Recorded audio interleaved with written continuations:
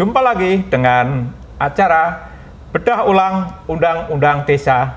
Kali ini seri kedua.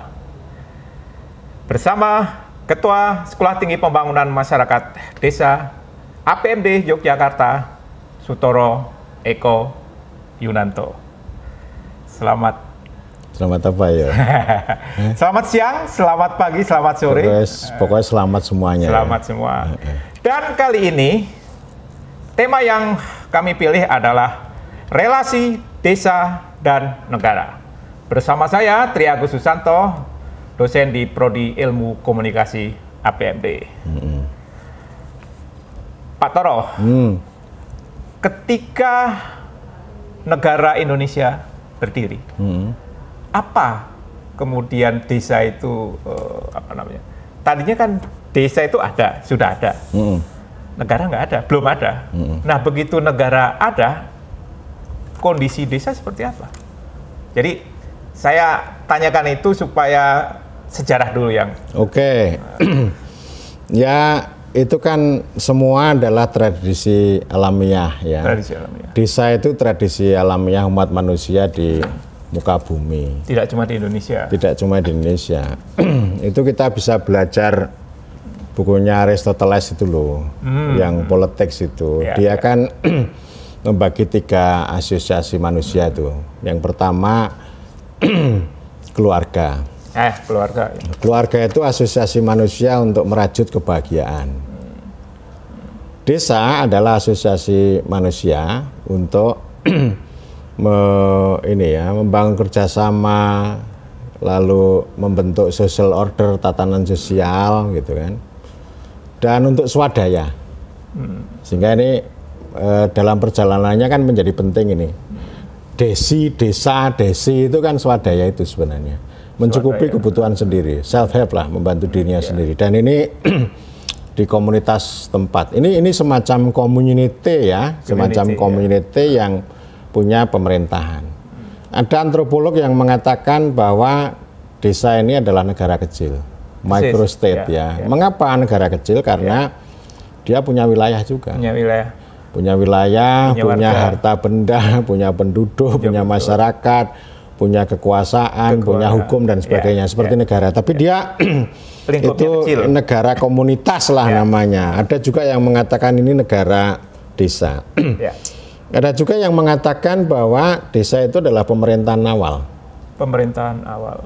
Jauh sebelum negara. Ya, itu dia. Sebelum pemerintahan negara itu, desa itu sudah ada. Lalu yang ketiga adalah polis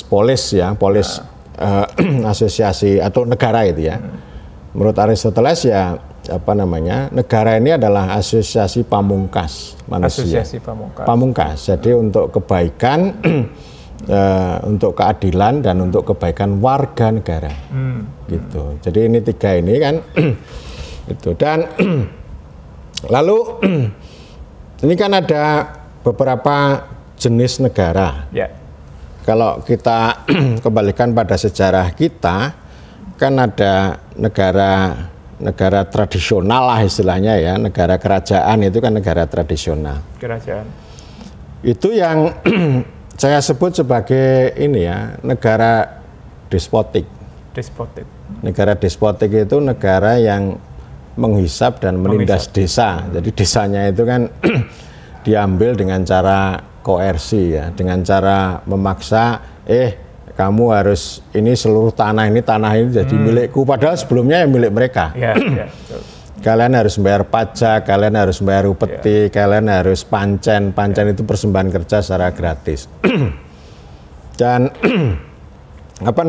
pada intinya sebenarnya negara yang paling awal, kerajaan ini itu berdiri di dalam tanah wilayah masyarakat desa.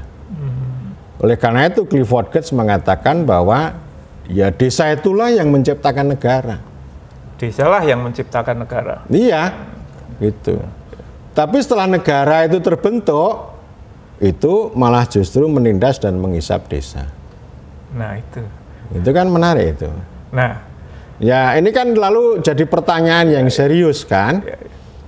Kalau ini negara sudah terbentuk, lalu desa itu mau diapakan? apakah dibubarkan atau diperkuat atau ditindas terus. Nah, terus sebelum sebelum Pak Toro menjelaskan konteks Indonesia, mungkin supaya sedikit ada gambaran konteks di ini, katakanlah Eropa, Afrika, dan Asia, dan kemudian khas Indonesia itu seperti apa? Ya itu saya kira perjalanan yang panjang. Di semua tempat itu selalu ada desa. Tapi desa ini ditafsirkan secara berbeda-beda toh. Pada akhirnya desa itu tersisa menjadi tradisi Asia. Asia malah. Ya, jadi dia masih ada. Mau kita lihat di Jepang ada juga, Cina, India gitu kan. Kalau Afrika itu kan tradisi tribal society, masyarakat suku, masyarakat suku. Nah, Eropa itu menghabiskan melenyapkan desa. Dan karena Amerika mungkin ya. Amerika community. Jadi community aja ya, community. Makanya kan kalau kita ngomong isinya community development gitu kan, nah itu asalnya dari Amerika. Amerika sama Australia itu community development. Jadi mereka nggak punya desa dalam pengertian sebagai kesatuan masyarakat hukum. Jadi nggak punya pemerintahan. Ya ada desa-desa gitu ya ada, tetapi mereka nggak punya ini. Sebutannya lalu community ya. Kalau di Eropa itu kan yang terjadi adalah negara yang saya sebut sebagai etatis. Leviathan ya. Leviathan itu ya istilah dari Thomas Hobbes bahwa seluruh kekuasaan dan hukum itu dipegang oleh negara. Jadi nggak boleh ada hukum-hukum yang diproduksi oleh agama, oleh masyarakat setempat, oleh desa. Hukum tunggal. Hukum itu negara. Maka etatisme itu artinya serba negara. Hukum adalah negara, negara adalah hukum. Jadi ya hukum itu hanya satu.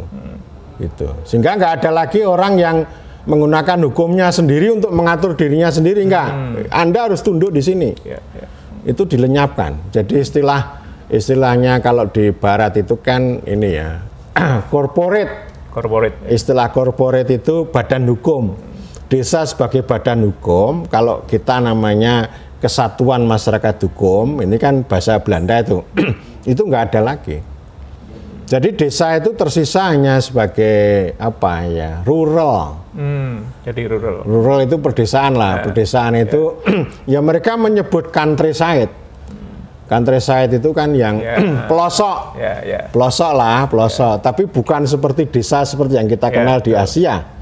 Nggak punya pemerintahan mereka, nggak punya hukum. Betul. Gitu. Hanya sekelompok rumah yang berada di pinggir hutan, pinggir kali. Nah, gitu-gitulah ya. Nggak ada pemerintahnya. Jadi lalu yang ada itu hanya negara dan warga negara. Ada warga negara yang tinggal di kota, ada warga negara yang ditinggal di countryside, itu ya. Nah, karena countryside ini tentu terbelakang dibanding kota, lalu diintervensi dengan rural development. Pembangunan perdesaan gitu ya. Ini kalau Eropa gitu abad 19 sudah selesai. Tapi kalau di Asia ya termasuk Indonesia ini kan mengalami evolusi Mas, dari negara kerajaan, negara despotik kerajaan itu lalu menjadi negara modernis. Modernis itu yang negara kolonial, negara kolonialis. Kalau zaman Orde Baru namanya negara developmentalis. Kalau sekarang ada corak neoliberalis lah, zaman reformasi 20 tahun terakhir ini semuanya negara modernis. Negara modernis itu apa namanya, pura-pura gitu ya. Pura-pura itu berkepentingan terhadap desa tapi memperalat. Gitu ya. Makanya kan makanya yang terjadi itu negara modernis itu menempatkan desa itu sebagai batu loncatan dan batu sandungan. Itu. Batu loncatan, batu sandungan. Ya kan? Nah, undang-undang desa itu itu dia rekonstruksi. Jadi bukan melenyapkan model Eropa, bukan melenyapkan model Eropa, bukan menghisap dan menindas seperti negara despotik, bukan memperalat negara modernis, ala negara modernis, tapi ini sebuah konstruktivisme baru bahwa negara itu memperkuat. Makanya di konsiderannya kan dikatakan bahwa melindungi dan memberdayakan. Lalu ada desa kuat. Jadi ini diperkuat nih. Nah, diperkuat itu saya sebut berarti ini negaranya adalah negara organik. Negara organik itu artinya negara besar bernama NKRI ini adalah sebuah organisme di mana desa itu adalah sel-sel kecil seperti dalam tubuh manusia gitu. Itu kan nggak bisa dipisahkan gitu kan. Atau seperti bangunan rumah, desa itu adalah fondasi. Jadi dengan kata lain kan begini, dengan kata lain ya, negara ini menempatkan desa sebagai batu landasan. Batu itu ya landasan itu ya kayak fondasi di bawah gitu bawah kan, gitu. Nah totalitas rumah itu kan namanya negara itu, gitu. Lalu ada daerah, ada provinsi macam-macam. Batu landasan itu sama dengan integrasi. Jadi desa itu diintegrasikan, bukan isolasi. Kalau Amerika kan diisolasi, dibiarkan aja, dibiarkan aja. Kamu mau hidup mau mati urusanmu, gitu. Itu isolasi. Kalau integrasi dimasukkan bahwa oh Anda itu bernegara, desa bernegara. Sebaliknya yang kedua, desa itu sebagai batu penjuru bagi negara. Batu penjuru itu sama dengan penetrasi. Negara masuk, ya. Yang dimasuki melalui tangan desa adalah kepentingan masyarakat setempat. Nanti itu akan bicara di kewenangan lah. Jadi integrasi itu desa dimasukkan ke dalam negara, lalu negara masuk ke dalam komunitas masyarakat setempat melalui desa, itu namanya penetrasi. Itu ya, makanya itu batu penjuru lah. Tapi dengan kekuatan desa itu, makanya kan dalam sebuah diskusi kan saya mengatakan bahwa ini ada filsafatnya. Bisa kita urai ya. Desa itu cerak watu atau ratu. Batu itu simbol kekuatan. Ratu itu simbol kekuasaan negara. Ya. Dan itu menjadi satu organisme. Organisme yang saya bilang tadi, negara organik itu ya kekuasaan negara yang berbasis pada kekuatan. Ini kan saya ambil contoh. Mengapa Majapahit runtuh? Kan orang macam-macam ngomongnya kan. Oh ada faktor karena pemberontakan kan, karena ada Islam, serangan Islam. Enggak, saya enggak setuju dengan pendapat ini. Justru yang saya katakan bahwa Majapahit itu runtuh, rapuh karena menindas desa. Wah, nggak punya basis. Ini sejarawan harus ini. Gitu ya, sejarawan ini padahal bukan sejarawan. Bukan. Sejarawan perlu mendengar pernyataan Pak Toro ini sehingga bisa diteliti lebih lanjut. Iya, itu kan istilah bedol desa. Betul desa. Itu kan zaman Majapahit.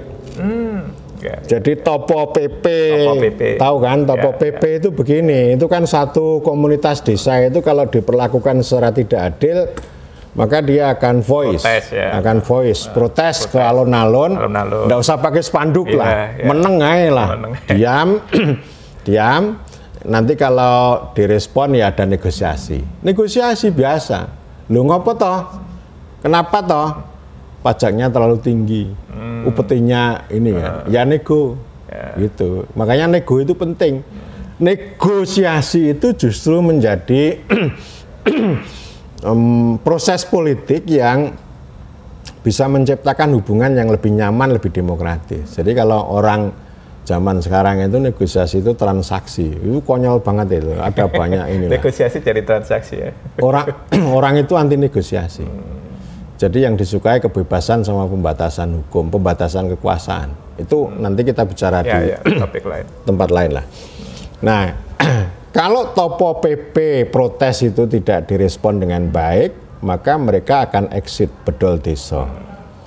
Buka desa baru, karena dulu lahannya masih memungkinkan. Kan kalau dulu desa-desa itu kan awalnya itu kan berada di tepi sungai, di lembah, gitu lembah, kan. Tepi sungai.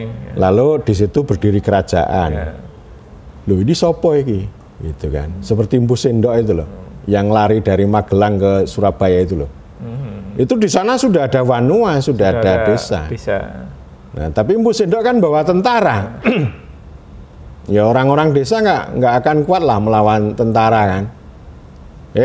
Aku datang, aku mau mendirikan ini gitu. Keadaan harus begini. Ya, akhirnya exit. Mereka minggir. Dari Wanua lalu berubah ada Tani. Ada nama Tani. Lalu ada nama dapur. Nama keempatnya desa. Desa itu ya pada masa Majapahit. Pada masa Majapahit. Ya, istilah termasuk bedol desa dan sebagainya itu di masa itu. Jadi mereka lari sampai ke Tengger dan sebagainya. Itu karena dikejar-kejar. Kejar pajak, kejar upeti, kejar satu lagi pancen namanya. Pancen, kerja paksa ya? Kerja paksa. Tapi itu kerja paksa itu ada di mana-mana kok.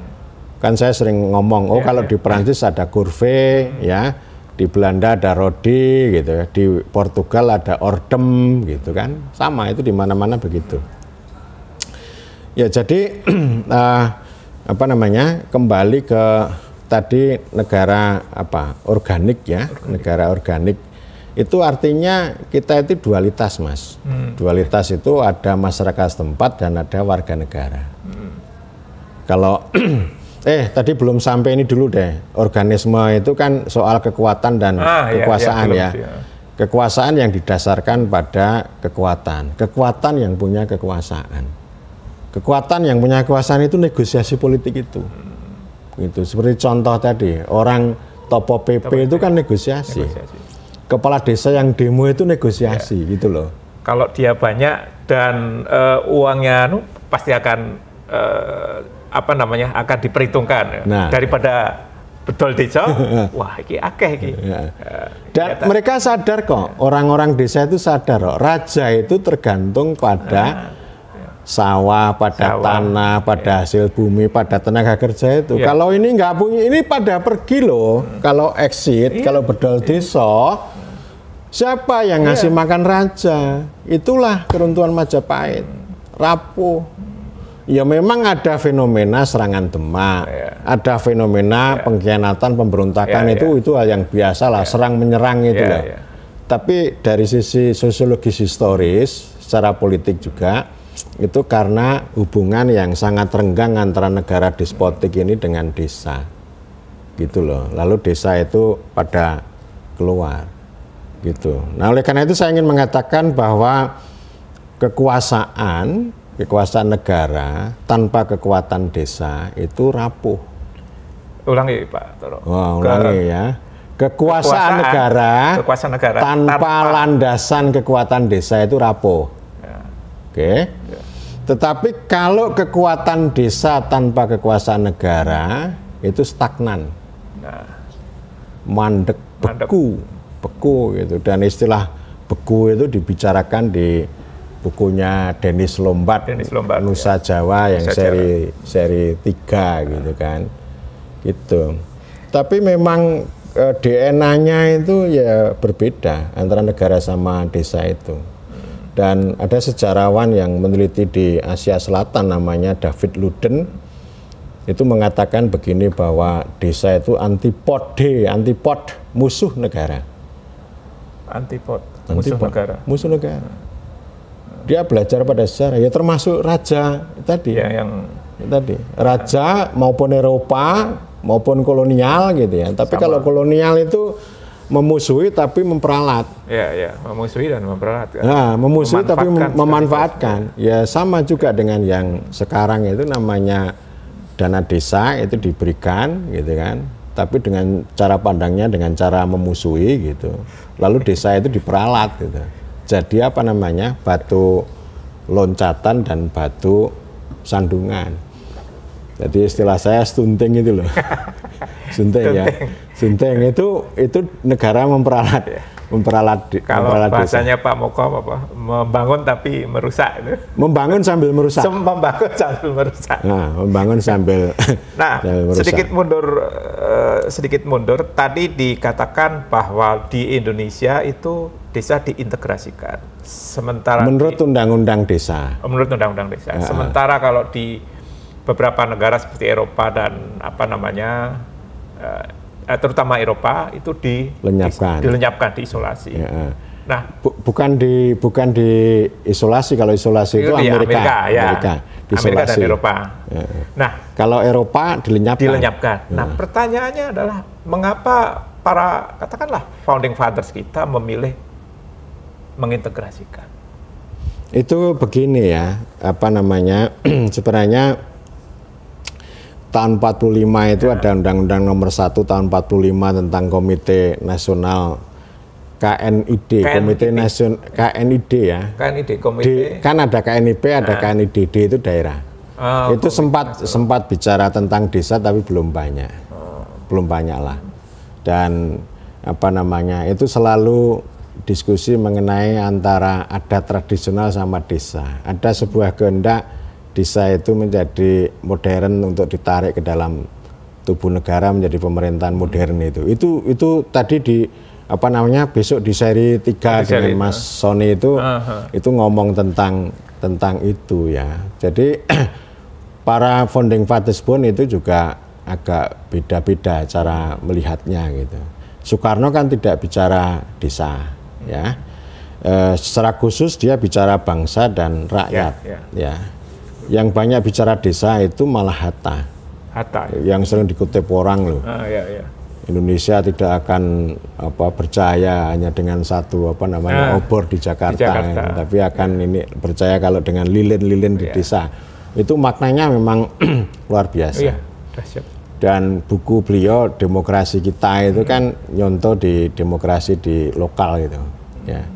Jadi Soekarno juga berkepentingan demokrasi terpimpin itu ya.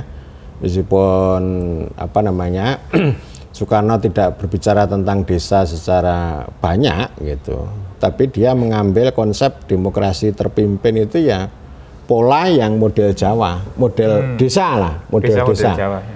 Model desa Jawa itu ya, artinya kepemimpinan itu. Sehingga pada kesempatan lain itu kan saya bikin video judulnya Kepala Desa Legendaris itu. Nah itu juga mau saya tanyakan sebenarnya.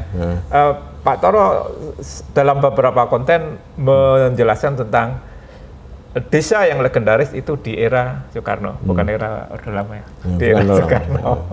Nah itu kenapa Pak Toro mengatakan itu? Ya, jadi kan sebenarnya begini, isu desa ini kan sebenarnya garis besarnya kan ada dua sebenarnya, otonomi dan demokrasi. Otonomi dan demokrasi. Ya, kalau otonomi itu berbicara hubungan antara desa dan negara. Kalau demokrasi itu bicara tentang hubungan antara desa dengan orang banyak itu loh. Itu kan. Nah, nanti di tengah-tengah itu bisa disambung dengan isu otoritas, kapasitas, ya, kemampuan bagaimana mengatur, menghidupi orang banyak itu. Itu sangat berkaitan. Nah, di zaman Soekarno itu meskipun pengaturan itu coba berkali-kali, tapi pengaturannya nggak jalan. Malah justru yang terjadi itu agak dibiarkan lah. Mohon maaf, agak diisolasi. Jadi artinya apa? Cuci tangannya lebih banyak daripada campur tangannya. Jadi cuci tangan lebih banyak daripada campur tangan. Campur tangan. Dan nggak ulur tangan. Dan nggak ulur tangan. Sama sekali nggak ulur tangan. Sama sekali nggak ulur tangan ya. Jadi istilah Dennis Lombat itu ketika kontrol negara kepada desa itu melonggar. Gitu. Itu. Nah, justru menghasilkan otonomi, menghasilkan berdikari. Nah, salah satu fitur desa berdikari itu adalah kepala desa yang legendaris. Yang powerful gitu ya. Powerful, kemudian yang kedua itu legitimasi, yang ketiga adalah punya legacy. Gitu. Jadi ya memang ini karena nggak ada faktor uang. Nah kalau sekarang ini kan negara memberikan uang, tapi diikuti dengan subordinasi. Itu yang nggak menarik itu. Dulu nggak ada uang ya? Nggak ada uang. Tapi legasinya banyak. Karena dulu desa punya uang yang nilai tukarnya masih sangat bagus lah. Gitu. Malah desa itu memberikan banyak sumbangan pada negara, termasuk tanah-tanah SD saya itu loh. SD saya itu yang mendirikan Balura, saya belajar Calistung ya di SD itu gitu loh. Calistung. Anak milenial tahu nggak Calistung? Tahu lah, tahu ya. Calistung itu termasuk sosiolog Imam Prasojo itu. Pak Imam Prasojo di Banjarnegara itu kan dia juga besutan dari desa, sekolah dasarnya. Itu rata-rata gitu di Jawa itu ya. Betul. Itu ya. Baik. Nah, ketika di era Soekarno legendaris, kemudian ini faktor sejarah ya, kita sedikit membahas sejarah. Kemudian berubah ketika Orde Baru, posisi desa berubah dan negara pun membuat kebijakan yang berbeda terhadap desa. Iya, desanya menjadi birokratik, negara itu kan kontrolnya ini kan, karena ada asumsi global pada era Perang Dingin. Nah, pasca Perang Dingin itu ya? Bukan pasca. Masih pasca Perang Dunia II lah. Iya, betul. Itu kan, kan saya banyak membaca literatur setelah 30 tahun berakhirnya Perang Dingin itu kan tulisan-tulisan pada keluar nih. Pada keluar itu justru teori modernisasi, developmentalisme itu dibangun itu atas dasar kejahatan mereka terhadap desa. Gitu. Desa itu sarang kontra revolusi, sarang komunisme, gitu loh. Tapi itu disimpan.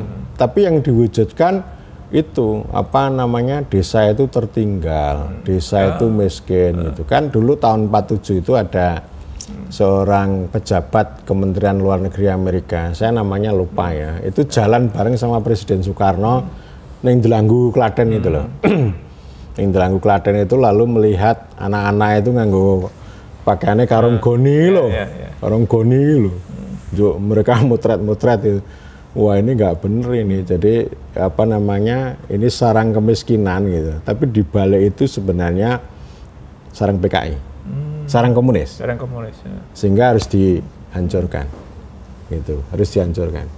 Tapi cara menghancurkannya kan dengan cara lembut, ya, dengan pembangunan ya. Makanya lalu ada istilah pembangunan desa itu. Ya. Nah, tapi pada saat yang sama memang begini.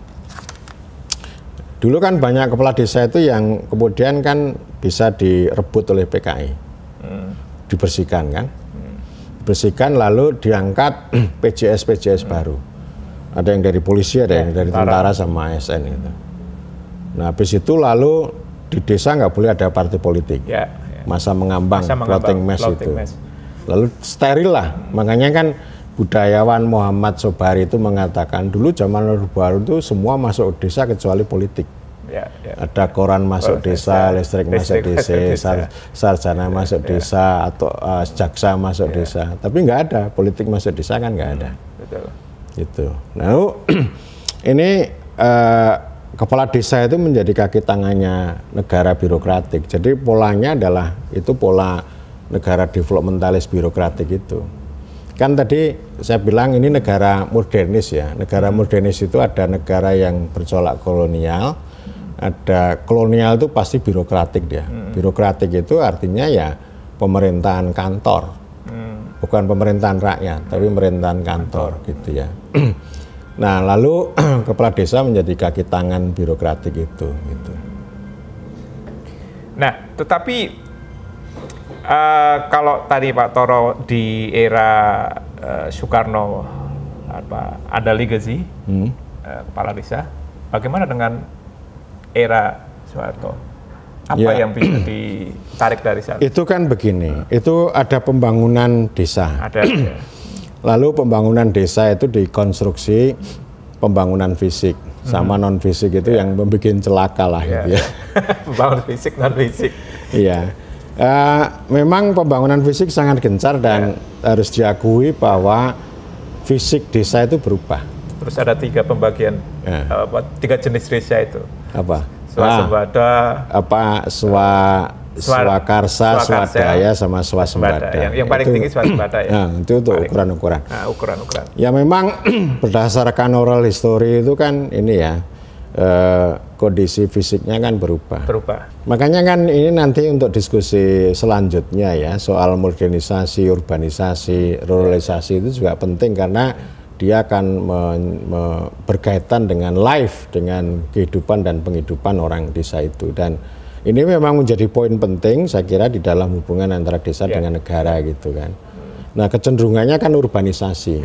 Urbanisasi itu juga state making ya, membentuk negara. Jadi urbanisasi itu membentuk negara, membentuk kota, membentuk modal, plus membentuk warga negara. Nah makanya kan sampai sekarang ada istilah wong desa. Wong desa itu belum menjadi warga negara mereka. Gitu. Apa meneh sing ora nate bayar pajak iku, kuwi jenenge dudu warga negara gitu. Bukan citizen. Bukan citizen. Nah mengapa nggak bayar pajak ya? Karena nggak punya apa-apa. Tidak bisa dikatakan wajib pajak karena nggak punya apa-apa gitu. Tuh. Oleh BLT. Nek BLT iki jenenge penduduk kan. Kemarin kan saya bilang sing oleh BLT iki jenenge penduduk, nek sing oleh money politik jenenge rakyat, nek sing bayar pajak jenenge warga negara. Gitu. Saya ini penduduk apa warga negara ya? Nek saya itu begini. Saya itu ya gelem politik uang ini. Ning ora ono sing menehi gitu loh. Nggak ada yang ngasih. Nek dikasih ya gelem. Ning saya nggak akan berani minta. Kenapa saya nggak berani minta? Karena saya warga negara. Saya sudah meninggalkan rakyat. Saya nggak penduduk lagi. Gitu. Nah, negara sama desa itu unik betul. Jadi ada namanya masyarakat setempat. Gitu ya, masyarakat setempat. Dan saya mau bicara mengenai ini, Mas. Desa Mawacoro Negara Mawatoto itu kan belum tadi kan? Ya betul. Belum kan? Itu penting untuk pembahasan ini. Ya, itu muncul di zaman Majapahit juga. Itu muncul di zaman Majapahit juga. Ya, jadi intinya itu soal perbedaan, soal distinct. Ya, melahirkan cara desa dan tata negara. Selain distinction, itu juga sebuah representasi. Orang desa ini ngomong gitu ya. Desa ini ya cara aja tok wenehi tata negara kan gitu. Ya. Jadi saya ingin mengatakan begini bahwa tata negara itu ketika diintervensi ke dalam desa itu tidak pernah akan bisa berhasil kecuali hanya memperalat dan menindas desa. Oleh karena itu saya mengatakan begini, kalau Anda bicara desa jangan bicara tata negara. Tetapi kalau Anda bicara tata negara, jangan bicara desa. Lalu bicara apa? Bicaralah warga negara. Gitu. Karena manusia-manusia yang ada di desa itu harus ditransformasikan menjadi warga negara. Meskipun pada sisi yang lain, wong-wong desa kuwi itu juga menjadi bagian dari masyarakat setempat. Gitu. Ya, misalnya logika tentang pembatasan masa jabatan misalnya. Kemudian administrasi, berbagai macam administrasi, keuangan dan sebagainya itu kan namanya tata negara. Dan itu selalu sering tidak kompatibel, sering ada memunculkan ketegangan antara kehendak masyarakat setempat dengan aturan dari atas. Akhirnya kepala desa yang mengalami kesusahan. Jadi yang justru banyak terjadi itu benturan-benturan itu membuat kepala desa menjadi konservatif. Jadi tidak progres. Gitu. Jadi saya kira ada banyak aturan dan logika-logika yang disampaikan para pakar hukum tata negara itu penting untuk diuji gitu ya. Dan pengalaman undang-undang dari undang-undang termasuk tentu saja undang-undang desa. Ya, ini kan sebenarnya menata ulang ini menjadi negara organik gitu ya. Tapi penalaran tentang tata negara itu kan selalu berkonflik dengan hakikat undang-undang desa. Jadi tata negara ini sebenarnya ngomong apa toh? Ngomong hukum, ngomong birokrasi, ngomong administrasi, ngomong uang. Ini punya nalar yang sangat berbeda dengan cara desa. Gitu ya. Itu begitu. Jadi artinya selama 70 tahun kita itu merdeka hadir gitu, itu intervensi tata negara itu tidak pernah berhasil. baik Undang-Undang Nomor 2 Tahun 48 yang pengen membuat desa itu menjadi daerah otonom tingkat 3, lalu ada Undang-Undang 19 Tahun 65 tentang Desa Praja, itu orang melaku. Undang-Undang Nomor 5 Tahun 79 itu ngerusak, melemahkan desa. Nah sekarang ini ada Undang-Undang Desa yang sebenarnya pengen memperkuat desa, tetapi karena berkontestasi, berebut dengan nalar-nalar tata negara yang tidak berpihak pada desa, maka ya jadinya begini ini. Jadi kalau sekarang para kepala desa itu demo, ya bukan karena hasrat mereka, tetapi karena undang-undang desa yang tidak jalan. Sebenarnya. Bukan undang-undang desanya tidak baik, tetapi tidak berjalan sebagaimana mestinya. Karena diganggu oleh nalar-nalar tata negara gitu ya, oleh hukum, birokrasi dan uang tadi. Ya, hukum, birokrasi, administrasi dan uang. Itu satu paket itu. Itu namanya negara itu ya begitu. The real estate negara yang nyata itu ya itu tadi. Itu. Dan artinya ini kan anti politik, Mas. Jadi sama lah, ini ada profesor mengatakan bahwa ini jalan ganjil revisi undang-undang desa gitu ya. Jadi pemilu 2024 ini kan akan dijadikan sebagai arena untuk revisi ini kan. Ini kan ini dikatakan jalan ganjil, lalu orang kan mengatakan oh ini DNA politik, ini motif politik, ini kompromi politik dan sebagainya. Ya politik ya memang begitu gitu ya. Artinya kan nggak bisa semuanya orang harus bermoral seperti dia, kan nggak bisa. Jadi saya justru melihat 2024 ini sebagai momentum politik. Momentum politik, dan momentum itu harus dimanfaatkan oleh desa juga gitu. Dan negosiasi gitu ya. Negosiasi itu menjadi ruang untuk membangun suatu kebaikan gitu. Seperti PP tadi. Seperti PP ya, itu negosiasi. Negosiasi, topo PP itu negosiasi. Jadi demo ini negosiasi. Partai dapat untung gitu ya. Lalu kepala desa itu juga dapat nanti memperoleh sesuatu. Dulu kalau undang-undang desa itu tidak melalui negosiasi kayak gitu juga nggak akan jadi gitu. Tapi akan selalu begitu ya, pertarungan antara nalar birokrasi, nalar negara, nalar tata negara, nalar teknokrasi, administrasi dengan nalar politik. Ya ketemu gitu. Ya, saya kira begitu Mas ya. Wah, menarik sekali. Mungkin terakhir saya minta Pak Toro untuk menyampaikan semacam closing tentang relasi antara negara dan desa yang katakanlah yang ideal itu seperti apa? Yang ideal yang organik. Ya, saya berharap para pakar itu, para pakar hukum tata negara, pakar-pakar yang lain gitu ya.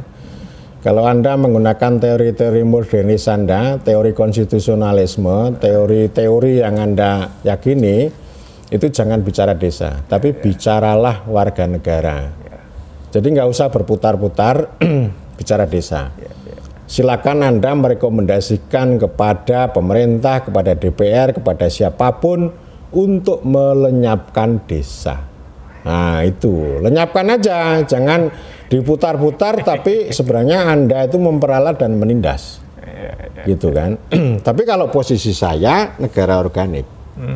Negara organik ya, negara organik itu ya desa sebagai sel, negara yang istilahnya meletakkan desa sebagai batu landasan, batu penjuru, kemudian desa itu ya itu tadi ya, antara kekuatan dan kekuasaan itu bisa menjadi apa? Menjadi organisme tadi, gitu. Baik, terima kasih Pak Toro atas diskusi yang sangat mencerahkan. Desa mawa Coro negara mawa toto. Dalam tajuk hari ini, hubungan desa dan negara di sebuah acara bedah ulang Undang-Undang Desa seri kedua. Sahabat desa, masih akan berlanjut lagi. Saksikan terus bedah ulang Undang-Undang Desa seri selanjutnya. Sampai jumpa sahabat desa semua.